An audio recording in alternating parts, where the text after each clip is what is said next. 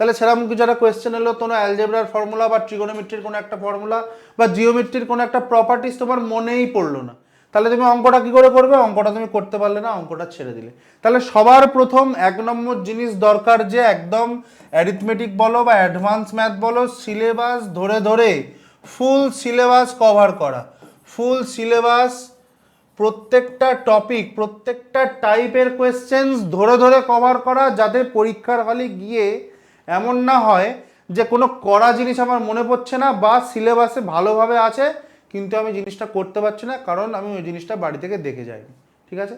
Full syllabus প্রত্যেকটা চ্যাপ্টারের, প্রত্যেকটা টাইপের ধরে ধরে কমপ্লিট করা, এবং শুনতে যতটা সোজা লাগছে বা দেখতে যতটা ছোট লাগছে, কাজটা কিন্তু ছোট নয়, কিন্তু তোমাদের চাকরিটাও ছোট নয়। এবং যারা অলরেডি প্রিপেয়ার্ড স্টুডেন্ট বা ক্যান্ডিডেট তাদেরও জন্য টাইমটা যেটা বাকি আছে সেটাও কিন্তু এখনো অনেক টাইম বাকি।